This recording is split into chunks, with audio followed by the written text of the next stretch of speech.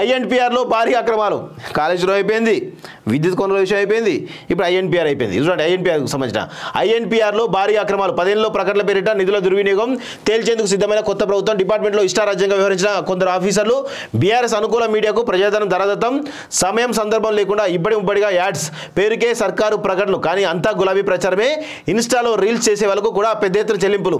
గత ఏప్రిల్ నుంచి డిసెంబర్ వరకు 350 కోట్ల ఖర్చు అన్ని వివరాలు తెప్పించుకున్న సీఎం రేవంత్ రెడ్డి అంటూ ఒకనే చూస్తాను. సో మొత్తానికి ఐఎన్పిఆర్లో కూడా 350 కోట్లకు పైగా అక్రమాలు జరిగినట్టు తెలుస్తోంది. పెద్ద ఎత్తున కుంభకోణం బయటపడుతున్నట్టు క్లియర్గా తెలుస్తోంది.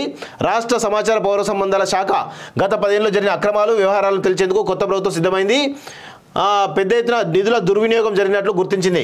డిపార్ట్మెంట్లోని ఒకరిద్దరు అధికారులు బీఆర్ఎస్లోని కొందరు నేతలు చేతులు కలిపి ప్రజాధనాన్ని దారులు మళ్లించినట్లు ప్రభుత్వం రిపోర్టులు అందాయి. న్యూస్ పేపర్లు, టీవీ ఛానల్, డిజిటల్ మీడియా కోసం ఐఎన్పిఆర్ డిపార్ట్మెంట్ చేసిన ఖర్చులపై సీఎం రేవంత్ రెడ్డి వివరాలు తెప్పించుకున్నారు. ఈ ఆర్థిక సంవత్సరంలో గత డిసెంబర్ వరకు వివిధ రూపాల్లో ప్రకటనలు దాదాపుగా 350 కోట్ల రూపాయలు డిపార్ట్మెంట్ ఖర్చు చేసినట్లు ప్రభుత్వానికి నివేదిక అందినట్టు తెలిసింది. ఇందులో దశాబ్ది ఉత్సవాల కోసం భారీగా ఖర్చు చేసినట్టు సమాచారం. ఈ వేడుకలకు దాదాపు 100 డాక్యుమెంటరీలు చేయించారు.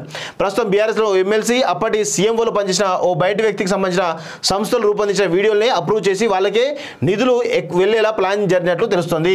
30% నిధులు బీఆర్ఎస్ మీడియా సంస్థలకట. ఇన్స్టాలో రీల్స్ చేసే వాళ్ళకు కూడా యూట్యూబర్లకు, ఫేస్బుక్ పేజీలు మెయింటైన్ చేసే వాళ్ళకు కూడా పెద్ద మొత్తంలో ఐఎన్పిఆర్ డిపార్ట్మెంట్ నుంచి నిధులు వెళ్ళినట్లు ఆ రాష్ట్ర ప్రభుత్వానికి రిపోర్టులు అందాయి. ఏపీలో మాదిరిగా తెలంగాణలో డిజిటల్ మీడియా కార్పొరేషన్ లేదు.